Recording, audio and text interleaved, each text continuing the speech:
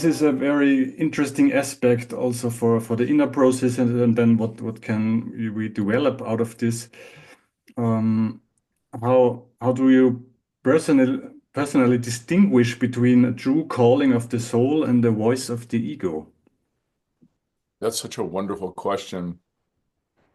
And there is a relationship, right, between them.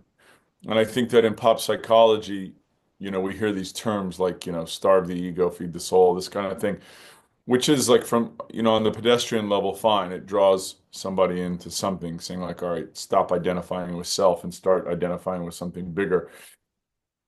But then on a deeper level, right, it's nonsense. Like the ego doesn't exist. It's a paradigm, right, that we use in psychology. Like what is it? I mean, I think that's the first step into answering the question. Well, it's the sense of who am I? Like, what do I look like? What do I wear? What do I like? Who am I involved with? What do I do with my time? And where do we hold that sense of awareness? We kind of hold it here somewhere, through the visual field, how we see the world. Like, who am I? What am I doing? This is what I'm experiencing, in my life.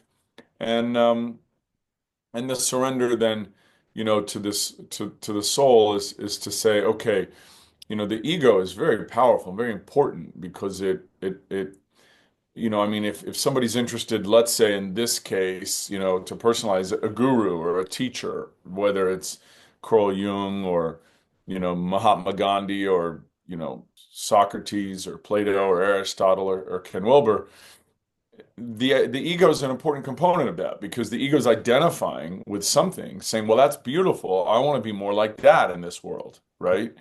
And I think, what drew me to go meet Ken Wilber? Well, part of it is that I want my own becoming.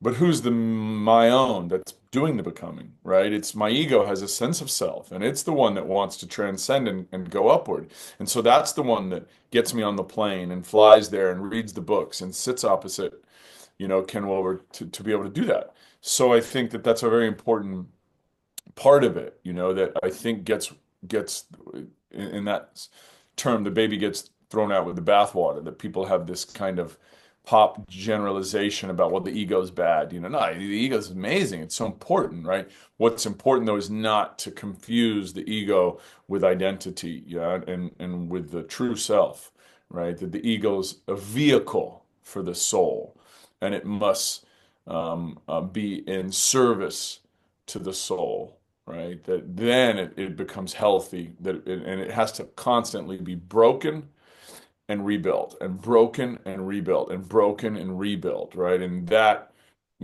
becoming allows, I think, the service of the soul,